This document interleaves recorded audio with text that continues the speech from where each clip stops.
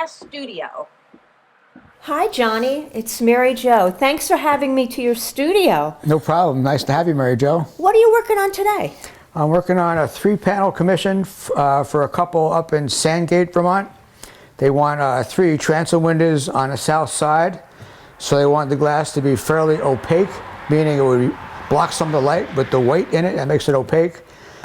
So I'm on the 3rd panel. It's pretty much done, most of the work. Most of the work is cutting the glass naturally. That takes a lot of time. And presently I was finishing up foiling this. And I have to put this copper tape around each piece. And then I'll plug in my soldering iron. And it'll heat up. And I'll tack these all together so they're all...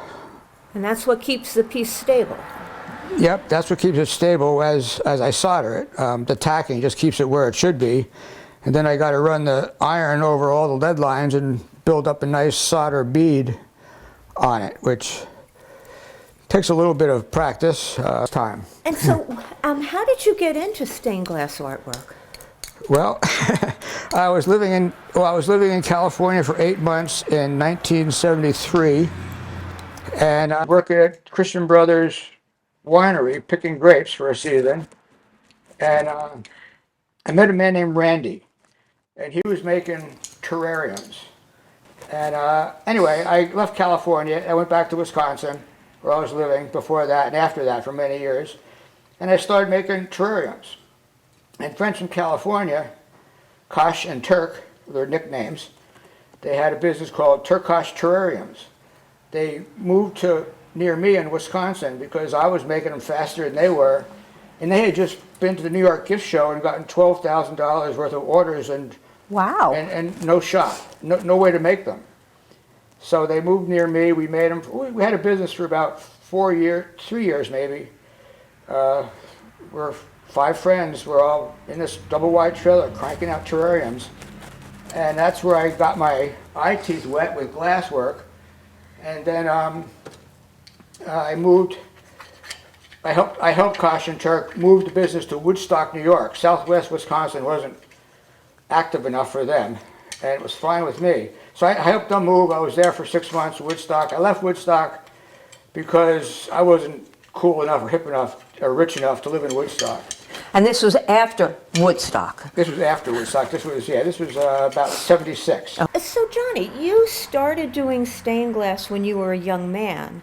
But did you come from a home of artists or craftsmen? Yeah, what was the rest of the question?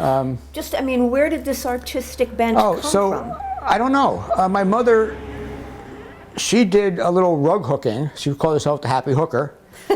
And, but that was it. But I do remember at like 3 or 4 years old, I got a gift as log sticks. The smallest one was about 3/4 of an inch with a little groove in it, and the biggest one was maybe 8 inches, had all these little ridges in it. And I would build stuff endlessly with it, and I was very crafty at home. I just had to be doing something with my hands. My dad taught me, I can remember standing about this tall at a workbench on sawhorses, and Dad putting a power saw in my hand and said, "Here, you go like this, just push it through." Wow. And when I was 6 years old, my mother showed me how to make French toast. So I pushed the chair up to the stove, stand on it, and cook French toast. So I was encouraged to be active and good with my hands. So I was just good with my hands my whole life. But this is much more than being good with your hands, because obviously you've made a very pleasing design, and the medium of glass works beautifully in the design you created. Well, I don't know. I have no idea how I can create. But however, let me aside here. When I was 25 years old, in our terrarium studio, listening to Wisconsin Public Radio, an hour-long expose on dyslexia. Never heard the word before. At the end of it, I stood up and said, "No shit, that's me. Oh, I'm dyslexic." Okay. I had no idea. I went through 4 years of college not knowing how to read. Wow. I didn't know how to read until after I was out of college. Read like most people read. Right. The cat went down the street to get some more food. You can't remember what that is. So it was an awakening that, no shit, I'm dyslexic. Da Vinci was dyslexic. Alexander Graham Bell was dyslexic. Einstein was dyslexic. Wow, I'm in good company. So did that fuel your creative juices to know that you were in this good company? My creative juices, it just fueled me. It just gave me, it uplifted me. I always knew I wasn't stupid, but I was a CGF student my entire career. I couldn't take tests. Yeah.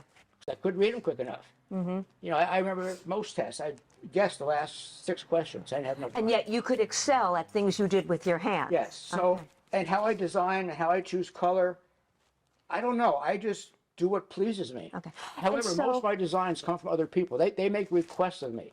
This Okay. family just wanted something flowing and abstract. Okay. So this is what I came out with. And so when you do the design, you sketch out the design on a piece of paper and then you cut glass in pieces?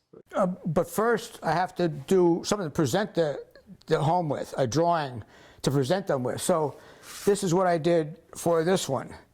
It's just, and this panel flips over for the third one. So I did. So these are mirror images when you have them installed? Yeah, so here's one and the other one is right there. Okay. So that's what I took a picture of this and I texted it to them.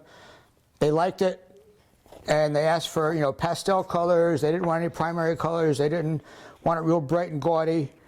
So, and then I sent them a picture of this glass, the pink glass, because I wasn't sure about the pink.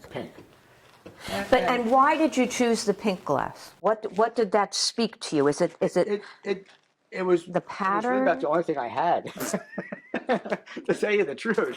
I needed a lot of it. And it had to be opaque. Didn't want it to be cathedral. Cathedral glasses has no weight in it. It would just be pink. I don't have a piece within reach to show you, but. So does the glass speak to you? I mean, how do you pick what's going to go where? I don't know. I just pick what looks good and whatever choices I have. I didn't have a lot of choices for background glass because I needed quite a bit of it to have 3 matching panels. So And you said that has the pattern in it that you've tried to get to go through all of the panels, which makes it really very pretty. Oh, the grain. The graining. Yeah, if you look up close, you'll notice the grain in this one. Goes it right flows into that one. That Mm-hmm. one flows that one. So it's called continuous grain cutting. It's a bit harrowing, frustrating, and you can't always get them all. Yeah. Sometimes you have to patch it, and oh well. That's the way but I mean, it goes. it's well worth it when you get it all because it really is very pleasing to the eye. So I really know. I've never felt I have any really need to create, especially as an adult. But since I have this talent, people ask me to do it, so I keep doing it. I mean, Right. it was that simple. In the early days, I made a terrarium. I went to the streets of Madison, Wisconsin, and somebody bought it. I started doing craft fairs, and people bought them. So I kept doing it, and it kept making me money. It never made me a lot of money, but it kept me, you know, rent and food on my table. Well, now, didn't you do that large fish at the Orvis store? I did. Now, tell me a little bit about that. Do you usually work on that kind of scale? No, that's No pun intended. No, I would say that piece is probably my most magnificent. I mean, it's gorgeous. I blew my absolutely. own mind when I saw it installed because in the studio, my assistant Jill, also I couldn't have finished it without the help of Jill Clough, my assistant from Salem. During the Orvis Commission, she was working 24 hours a week in 2 days. Wow. And I don't know how she did it, but she was in here working when I was long gone. And how long did it take to complete that window? Under 3.5 months. Wow. Which is in record time, I thought. I didn't think I'd get it done. I had 2 of my 4 sleepless nights of my life over that window because I didn't think, I'll never get it done. I'll never get it done. But we got the fish done in half the time. So I realized we had it beat at that point. But that took, you know, 3-4 weeks to get to that point to realize, you know, I can make it. And we got it done 4 days ahead of schedule. Wow. And we installed it in 4 hours with a crew of 4. Wow. And it's such a lasting testimony to your skill. It's just really beautiful. And it must give you great satisfaction. It does. I love telling people, oh, I did the Orvis fish. Oh, you did the Orvis fish. Oh, you must be good then. You must be, you know, everybody does. Everybody says they do stained glass, but how many people really do it? Yeah. Well, tell me a little bit about the technique. You said you started with terrariums. Did you take classes? Did you just develop your skills on your own? Yeah, I'm 100% self-taught. Like I said, I always go with my hands. The first time I cut glass, I was 70 to 73. I was living in northern Wisconsin on a commune with some lovely people. Still love them all. And we needed some glass cut. So I took the glass cutter and I went, whoosh, whoosh, whoosh, made sure it was cut. And it won't never break. I mean, that's not what you want to do. You got to take one, smooth one. And I didn't know that, if you had a little tick in the cutter was dropped on concrete, put just a tiniest little ding in that little tiny wheel, it's worthless. So interesting. I didn't know that. But by trial and error, I figured, okay, this is how you do it. And then I was about 4 or 5 years into it when I saw advertised in the paper, night class teachers saw it.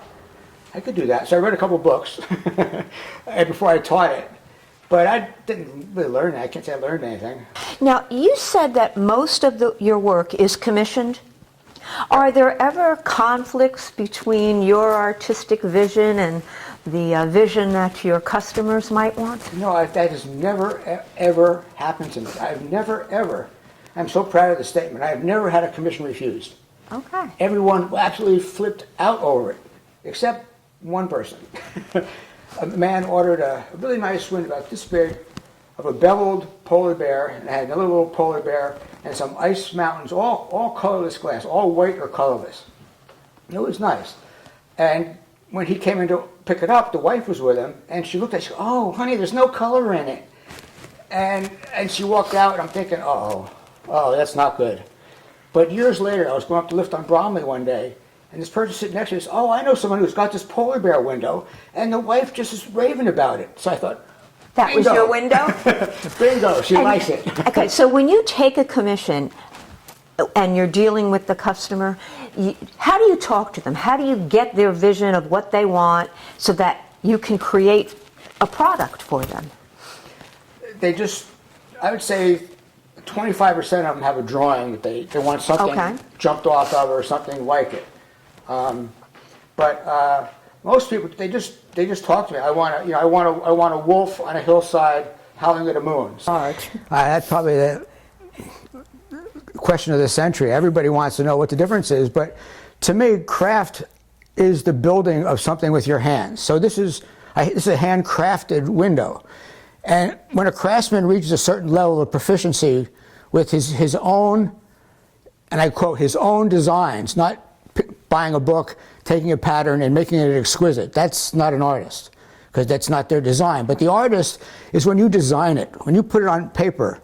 If you're the first one to make this, then that's art. And that's beyond, it's separate from craft. Craft has nothing to do with art. Art is a feeling and of motion and fineness and coarseness. Mm-hmm. But yeah, and I don't think they're the same.